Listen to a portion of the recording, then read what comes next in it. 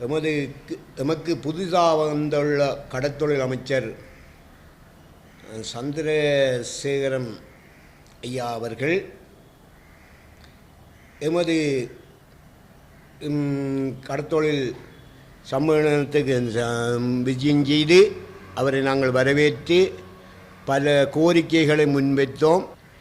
எமது முன்னாள் அரசாங்கத்தால் எமது முன்னாள் கடற்தொழில் அமைச்சர் அவர்களால் கொண்டு வந்த வலைகள், வீட்டு திட்டங்கள், பான், அதாவது கடல் பான், அதை திருத்துவது சம்பந்தமாகவும் அவரிடம் எடுத்து கூறியிருந்தோம்.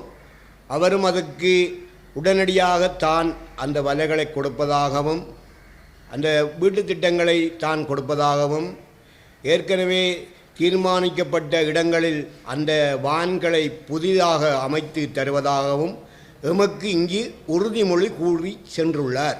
ஆனால் இதுவரை நாட்களாகவும் எமக்கு அந்த வலைகளோ அந்த வீட்டு திட்டங்களோ அந்த வேன்களோ செய்து தரப்படவில்லை. காரணம், நாங்கள் மீனவ சமூகம் என்ற தள்ளப்பட்ட ஒரு நிலைக்கு இப்பொழுது இருக்கிறோம். அதாவது இன்று மழை வெள்ளத்தால் கூட பாதிக்கப்பட்டு நாங்கள் இருக்கிற வேளையில் கூட கடற்தொழில் அமைச்சருக்கு நான் என்னுடைய தொலைபேசியிலிருந்து பல நேரங்கள் அவருடன் தொடர்பு கொண்டு இந்தா வருகிறேன், இப்போ பார்க்குறேன், இந்தா வருகிறேன், இப்போ பார்க்குறேன் என்று நாங்கள் எங்களையும் எங்கள் மக்களையும் அவர் சந்திக்க வருவார் என்று நாங்கள் பொறுத்து கொண்டிருந்தும் அவர் எங்களிடத்தை வரவில்லை.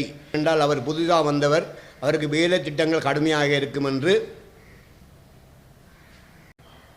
எமது கடற்தொழில் அமைச்சர் எமக்கு உறுதிமொழி அளித்ததற்கிணங்க எமது வலைகள், வீட்டு திட்டங்கள், பேன்கள் போன்றவற்றை உடனடியாக செய்து கௌரவ ஜனாதிபதி ஊடாக அவைகளை செய்து எங்களுக்கு தரும்படி மிக தாழ்மையுடன் மீண்டும் வலியுறுத்தி நாங்கள் கோரிக்கை விடுகிறோம்.